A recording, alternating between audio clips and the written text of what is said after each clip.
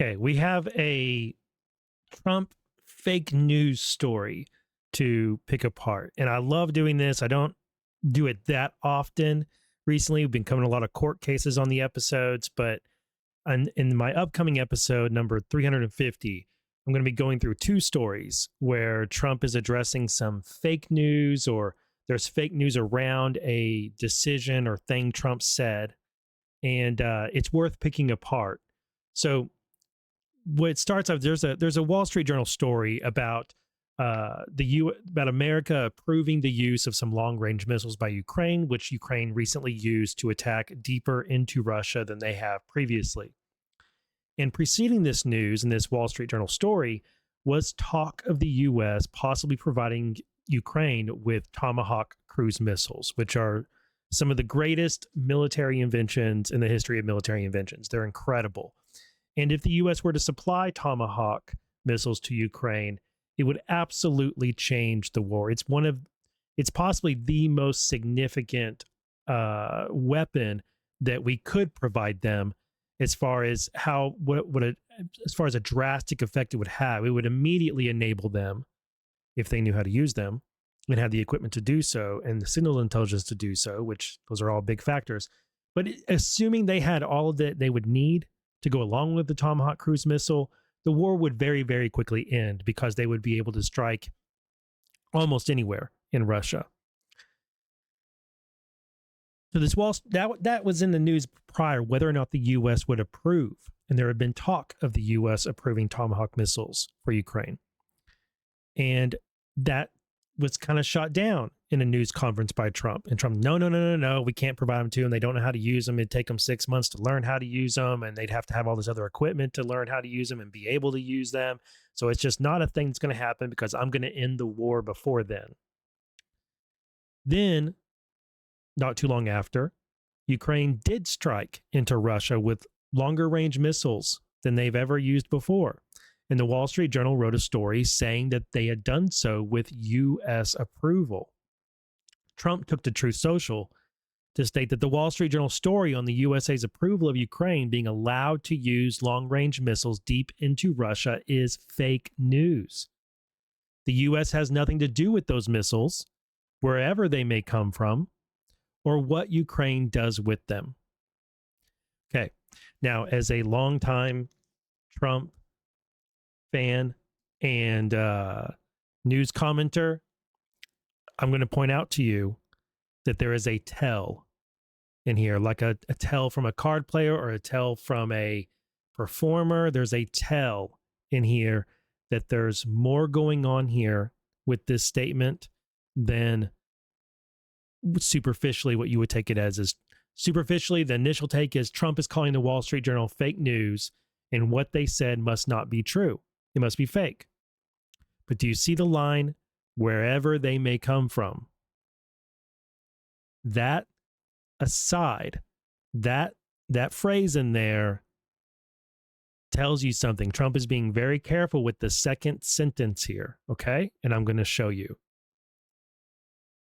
What he's talking about are what the actual missiles are. They are Storm Shadows. And Storm Shadows are made by the UK and were provided to Ukraine by the UK. So when he says the US has nothing to do with those missiles, he's right. When he says wherever they may come from, he's saying they came from somewhere, not us. These are Storm Shadows, or the carrier form of them.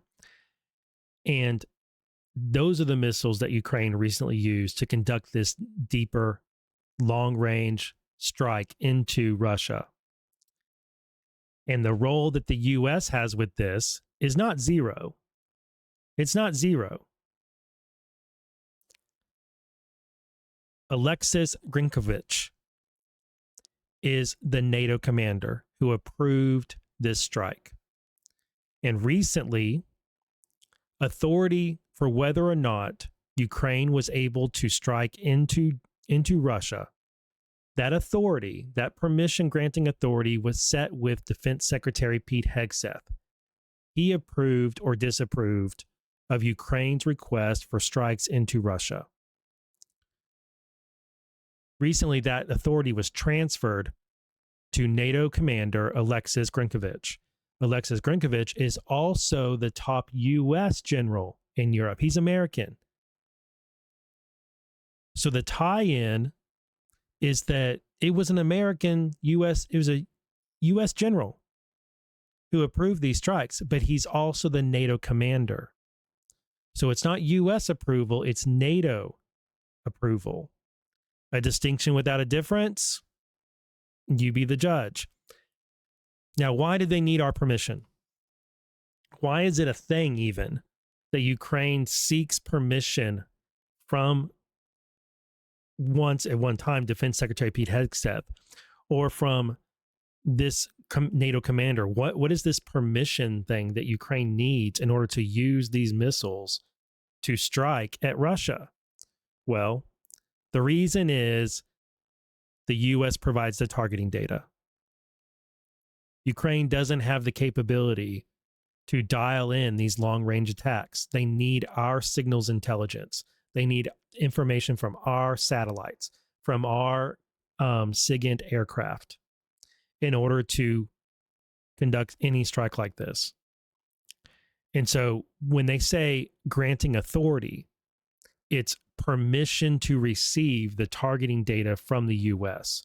So it cannot be said, not honestly, that the U.S. had nothing to do with this strike. But that's not what Trump said. Trump said the U.S. had nothing to do with those missiles, wherever they may come from, or what Ukraine does with them. You see the funny game he's playing? That's why it's fake news. The headline of the story is what Trump is calling out here. It's that headline that he didn't like. U.S. lifts key restriction on Ukraine's use of Western long-range missiles. He didn't really like that headline, and he chose an opportunity to call the Wall Street Journal fake news, which he always likes calling any media fake news, right? But it kind of is fake news. You have to read into the story to actually get a more accurate impression. But there's another thing going on here with Trump. At the same time this happened, the same time these strikes happened, what was the date on this article? This article is October 22nd. Do you know what also happened on October 22nd? The Treasury announced that they were imposing further sanctions on Russia. Now, we already have a whole bunch of swamp draining, swamp fighting, military equipment, and energy sanctions on Russia, and have had. And those sanctions are causing a lot of harm to Russia. But these are the most significant sanctions to date. These are against the two largest oil companies in Russia, Rosneft and the other name just escaped my brain.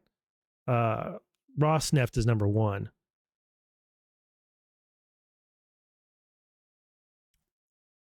What is the other one? Is it Lukoil? Yeah, that's it. Rosneft and Lukoil. So these sanctions, and there's other things in here too. All of these, all the subsidiaries, all this stuff, the refineries. This is going to have a massive impact on Russia and their ability to prosecute the war, their ability to move gas and diesel and these other things to their citizens and to the war effort, heating oil, winter's coming up, all of those things.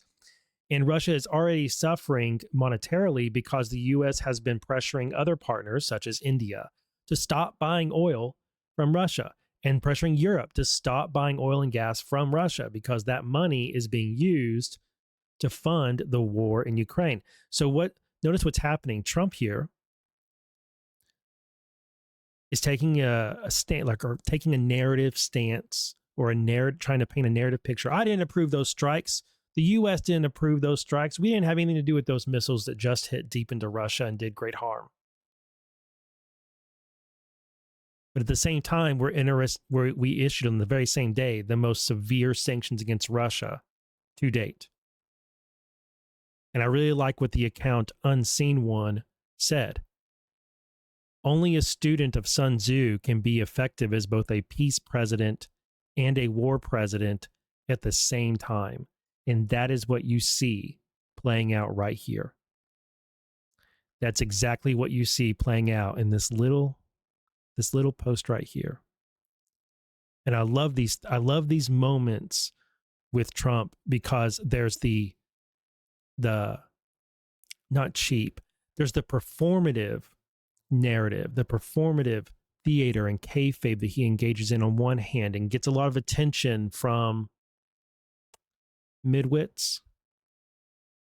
Then there's the more sophisticated action here. And the more sophisticated action with the providing of, the changing of who the authority over to the NATO commander, and then the providing the targeting data to Ukraine. And who doesn't miss out on this, who doesn't read this storyline right here and get caught up in the, fake news and the midwit, reactionary, emotional dunking, online monkey brain dunking. The person who doesn't get caught up in that is Putin, who knows that his war effort is not going well and knows that, I think by now, realizes he should have taken the deal in Alaska. He should have complied with Trump's request back in a month ago or so in Alaska. Because everybody who's done, if you've studied Trump and you've studied the deals he's done, the first deal Trump offers you is the best deal he's going to offer you. Every deal after that is going to be worse for you and better for him and his partners. That's what you're watching happen now.